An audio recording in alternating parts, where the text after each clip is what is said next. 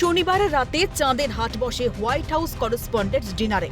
বিশ্বের তাবড় নেতা থেকে শুরু করে সাংবাদিক কর্মী সহ আরও একাধিক গণ্যমান্য ব্যক্তিত্বরা উপস্থিত ছিলেন। এমন সময় আচমকাই তাল কাটে হিলটন হোটেলে। গুলির শব্দে কেঁপে ওঠে গোটা এলাকা। মঞ্চে ডোনাল্ড ট্রাম্প উঠে দাঁড়াতেই গুলিবর্ষণ শুরু হয়ে যায় বলে সূত্রের খবর। প্রাণ বাঁচাতে উপস্থিত সকলেই ডাইনিং টেবিলের তলায় আশ্রয় নেন। এরই মধ্যে ঘটনাস্থলে পৌঁছে যায় সিক্রেট সার্ভিস। তড়িঘড়ি মঞ্চ থেকে ট্রাম্পকে নিচে নামিয়ে দেওয়া হয়। ট্রাম্প সহ ফার্স্ট লেডি মেলানিয়া ট্রাম্প ও ভাইস প্রেসিডেন্ট জেডি ভ্যান্সকেও সরিয়ে নিয়ে যাওয়া হয় নিরাপদ স্থানে। সূত্রের খবর, 4 থেকে 5 রাউন্ড গুলির শব্দ শোনা যায়, যদিও হতাহতের কোনো খবর মেলেনি। তবে পুলিশ ও সিক্রেট সার্ভিস পুরো হোটেল ঘিরে ফেলে হামলাকারীকে নিজেদের হেফাজতে নিয়েছে।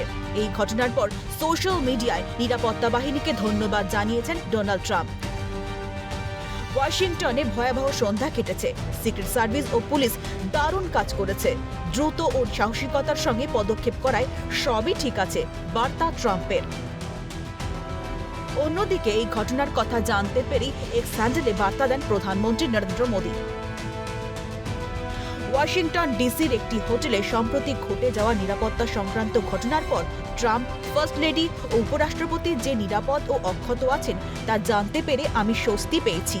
তাঁদের অব্যাহত নিরাপত্তা ও সুস্বাস্থ্যের জন্য আমি আমার শুভকামনা জানাই।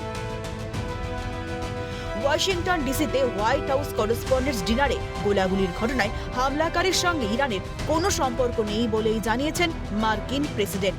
তবে তিনি বলেছেন, কোনো কিছুই নিশ্চিত করে বলা যায় না। আগামী দিনে অনেক কিছুই জানতে পারবেন বলে আশাবাদী ট্রাম্প।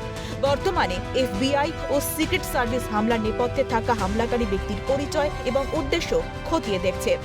এরই পাশাপাশি প্রেসিডেন্টের নিরাপত্তা আরও জোরদার করা হয়েছে বলে হোয়াইট হাউস সূত্রের খবর। ক্যালকাটা নিউজ।